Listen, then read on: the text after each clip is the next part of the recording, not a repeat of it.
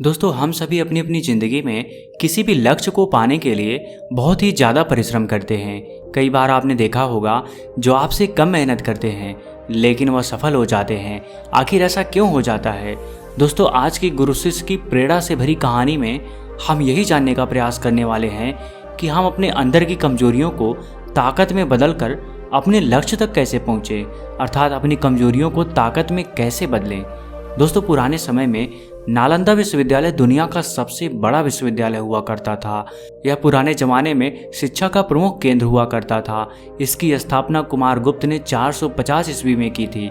1193 ईस्वी में बख्तियार खिलजी के आक्रमण ने इस विश्वविद्यालय को पूरी तरह से नष्ट कर दिया था। कहा जाता है कि आक्रमण के दौरान यहाँ पर आग लगा दी गई थी। उस समय नालंदा विश्वविद्यालय की पुस्तकालय में इतनी किताबें थीं कि कई सप्ताह तक आग बुझ ही नहीं पाई थी। उस समय के गुरु अपने शिष्यों को किताबी ज्ञान से ज़्यादा व्यवहारिक ज्ञान दिया करते थे। उन्हीं शिष्यों में मौजूद सूचन नाम का एक शिष्य रहता था। वह अपने माता पिता का बहुत ही आज्ञाकारी पुत्र था। लोगों की मदद के लिए वह हर समय तैयार रहता था। एक बार की बात है, सूचन अपने दोस्तों के साथ बगीचे में खेलने गया और जब वह वहाँ से खेलकर घर वापस आया तो वह बहुत ही बीमार पड़ गया। उसे बहुत तेज बुखार हो गया। वैद्य को बुलाया गया। वैद्य ने उसे दवाइयाँ भी दी। उसका बुखार दिमाग पर चढ़ गया था, जो उसके बाएं वाले शरीर के हिस्से को कमजोर कर दिया। उसके बाएं वाले पैर को लकवा सा मार गया था। लेकिन धीरे धीरे वैद्यों के द्वारा कई महीने इलाज के बाद उसमें सुधार आने लगा और वह अपने पैरों पर खड़ा होने लगा और धीरे धीरे वह चलने भी लगा। लेकिन अब वह जब भी चलता तो लंगड़ा के चलता।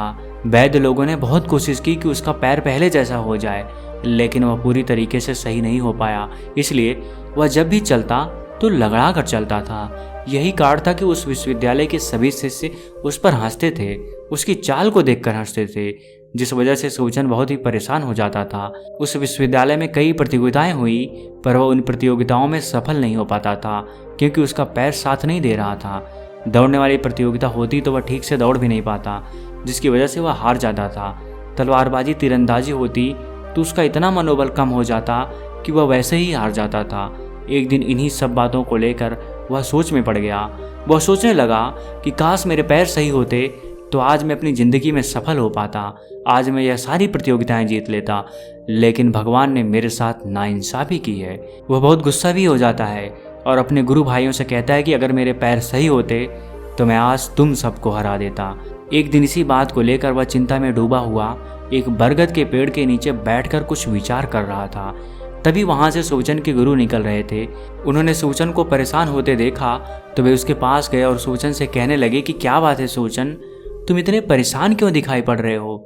सूचन ने कहा कि गुरुवर, मैं जिस भी प्रतियोगिता में भाग लेता हूँ मैं हार जाता हूँ, मैं सफल नहीं हो पाता हूँ। मेरे गुरु भाई लोग मेरा मजाक भी उड़ाते हैं। गुरुवर, बचपन में मुझे बहुत तेज बुखार हो गया था। वैद्य बताते थे कि वह दिमागी बुखार था, जिससे मेरा बायां पैर को लगभग लकवा सा मार गया था। लेकिन कई महीनों के प्रयास से वैद्य लोगों ने मेरे पैर को काफ़ी हद तक ठीक कर दिया, जिसकी वजह से अब मैं चलने लगा, पर मैं थोड़ा लगड़ा के चलता हूँ और इसी वजह से दौड़ने वाली प्रतियोगिता में मैं हार जाता हूँ और मैं तलवारबाजी और तीरंदाजी में भी हार जाता हूँ। मेरे गुरु भाई लोग मेरा मजाक बनाते हैं। गुरुवर, मेरे साथ भगवान ने ऐसा क्यों किया? उन्हें ऐसा नहीं करना चाहिए था। गुरुवर, क्या मैं कभी कोई प्रतियोगिता नहीं जीत पाऊंगा? गुरु अपने उस शिष्य की बात को सुनते हैं और कहते हैं, बेटा ऐसी बात नहीं है। हर एक इंसान के अंदर अपनी कुछ कमजोरियां होती हैं जिसकी वजह से वह हारता है और जीतता भी है।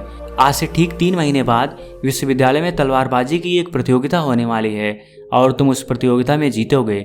लेकिन उससे पहले 3 महीने तक तुम्हें मेरे साथ अलग से समय देकर रहना होगा और जो मैं बातें बता रहा हूँ तुम्हें उन बातों को अपनी ज़िंदगी में अनुसरण करना है।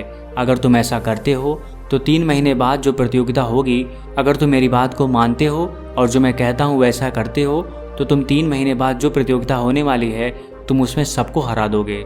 सूचन कहता है कि गुरुवर, मैं आपके साथ 3 महीने अलग से अभ्यास करने के लिए तैयार हूँ। आप मुझे वह सब बातें बताइए, वह सब विद्या सिखाइए जिसको अगर हम अपनी ज़िंदगी में अपनाते हैं तो हम उस प्रतियोगिता को जीत लेंगे। गुरु कहते हैं कि महारत हासिल करने का नियम अपना लो। सूचन अपने गुरु से कहता है कि गुरुवर, ये महारत हासिल करने का क्या नियम होता है? गुरु कहते हैं कि यह नियम बहुत ही शक्तिशाली है। तुम्हें तलवारबाजी की एक ही कला का अभ्यास बार बार करते रहना है। हालांकि तलवार चलाने की कई सारी कलाएं होती हैं, लेकिन तुम्हें तलवारबाजी की सभी कलाओं को नहीं, केवल एक ही कला को सीखना है। और उसी पर बार बार अभ्यास करना है। 1 दिन बीता, 2 दिन बीता, 3 दिन बीता, ऐसे करते करते 20 दिन बीत गए।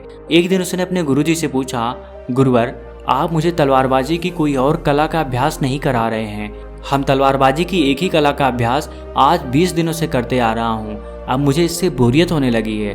कृपया करके कोई दूसरी कला बताने की कृपा करें। गुरु कहते हैं कि तुम्हें अपनी इसी कला का अभ्यास बार बार अभी करते रहना है।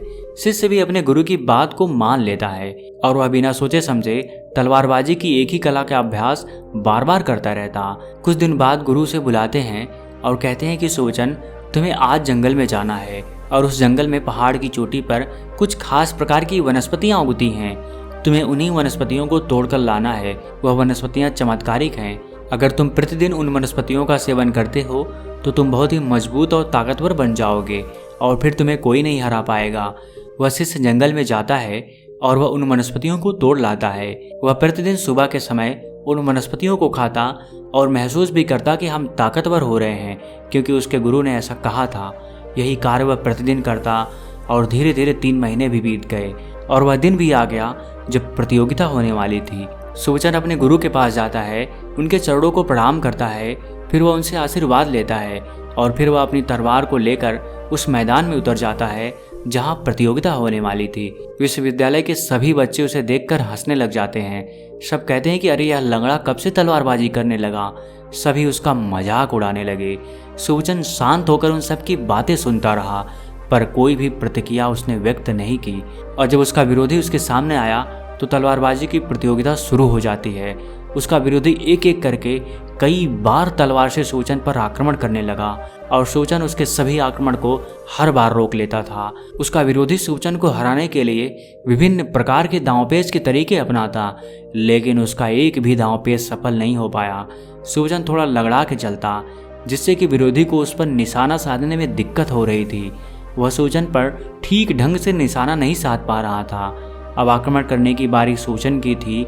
जैसे ही सुवचन ने तलवार से आक्रमण करना शुरू किया तो विरोधी को उसकी तलवार का सामना कर पाना बड़ा ही मुश्किल हो रहा था, क्योंकि सुवचन ने पूरे 3 महीने सिर्फ एक ही कला का अभ्यास किया था और वह उस एक ही कला को इतनी बार अभ्यास में लाया था कि अगर वह आंख भी बंद कर लेता तो वह तलवार चला सकता था। उसने अपने हमले को इतना तेज किया कि उसके विरोधी को कुछ समझ में ही नहीं आया कि वह कैसे सुवचन को रोके और अंततः सुवचन से उसे हार का सामना करना पड़ा और सुवचन की जीत हुई। विश्वविद्यालय के सभी गुरु और शिष्य हैरान हो जाते हैं कि आखिर सुवचन को ऐसा क्या हो गया कि वह जीत गया, क्योंकि उसने अब तक के सबसे ताकतवर योद्धा को हराया था। विश्वविद्यालय के प्रधान गुरु उसे सर्वश्रेष्ठ पुरस्कार से सम्मानित करते हैं और सुवचन को उस साल का विजेता घोषित कर दिया जाता है। अगले दिन सुवचन अपने गुरु के पास जाता है और कहता है कि गुरुवर, जैसा आपने कहा था मैंने वैसा ही किया और आज मैं विजेता हो गया और मुझे यह भी समझ में आ गया कि आप मुझसे एक ही दांव पेच को क्यों बार बार अभ्यास करने को कह रहे थे। आप मुझे तलवारबाजी की एक ही कला को बार बार क्यों अभ्यास करने को कहते। गुरु अपने शिष्य से कहते हैं कि तुम इसलिए जीते कि तुम अपनी कमजोरी पर काम किए और तलवारबाजी के एक ही तरीके को तुम इतनी बार अभ्यास में लाए कि अगर तुम आंख भी बंद कर लेते तो भी तुम जीत जाते। गुरु कहते हैं कि अगर इंसान पूरी एकाग्रता के साथ बार बार अपनी कमजोरी पर अभ्यास करे, जैसा कि तुमने किया सुवचन, तो एक न एक दिन वह अपनी उसी कमजोरी पर विजय हासिल कर लेगा। सुवचन, तुम्हारे जीतने का एक सबसे बड़ा कारण यही है। तुम अगर तलवारबाजी की कई सारे कलाएं सीखते और एक भी कला का सही से अभ्यास नहीं करते तो तुम किसी भी कला पर अपनी पकड़ नहीं बना पाते, और अगर तुम किसी भी कला पर सही से पकड़ नहीं बना पाते तो तुम्हारी आज जीत नहीं होती। दूसरी बात, जो तुम लगड़ा के चलते थे, जिसकी वजह से तुम्हारे विरोधी को तुम पर निशाना साधने में दिक्कत हो रही थी, और आज तुम्हारा लगड़ा के चलना तुम्हें विजेता बना दिया। तुम्हारे लिए यही अभिशाप आज वरदान साबित हो गया। गुरु ने आगे कहा, विभिन्न प्रकार के दांवपेच को सीखने से ज़्यादा जरूरी है कि एक ही कला को, एक ही दांवपेच को पहले अच्छे से सीखो और उस पर इतनी बार अभ्यास करो कि तुम्हें उसमें महारत हासिल हो जाए।